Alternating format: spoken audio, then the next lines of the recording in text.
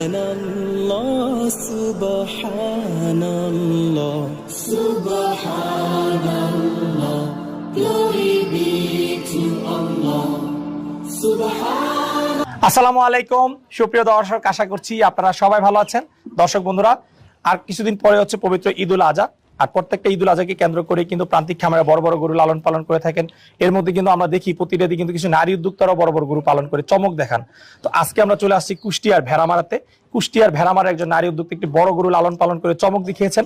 এবং সবচেয়ে চমকপ্রদ যে বিষয়টি হচ্ছে যে এই ভেড়ামারার যে নারী উদ্যোক্তার খামারে এসেছি, ওনার নাম হচ্ছে ইতি এবং ওনার গরুর নামও কিন্তু হচ্ছে রাজাবাবু। তো আমাদের ভিডিও টাইটেল দেখে অনেকে হয়তো ভেবেছেন যে এটি ইতি আপার রাজাবাবু কিনা। না, এটি ইতি আপার রাজাবাবু ঠিক আছে, কিন্তু এটা হচ্ছে কুষ্টিয়ার ভেড়ামারার রাজাবাবু। তো আজকে আমরা আপনাদেরকে কুষ্টিয়ার ভেড়ামারার রাজাবাবু গরুটি সম্পর্কে জানাবো। এই গরুটি পালন করেছেন একজন প্রবাসীর স্ত্রী, দুবাই প্রবাসীর স্ত্রী।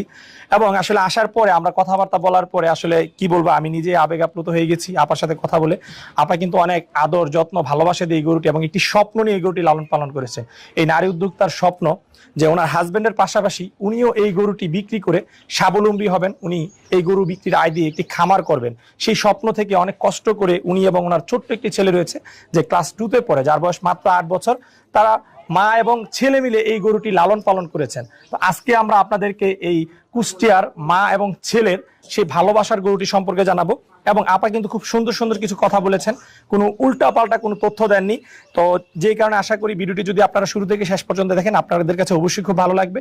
এবং গরুটির কিন্তু আপা খুব সুন্দর একটি দাম চেয়েছেন। আমি আশাবাদী যদি আপনারা দামটি শোনেন আপনাদের পছন্দ হবে এবং আপনারা ক্রয় করতে পারবেন।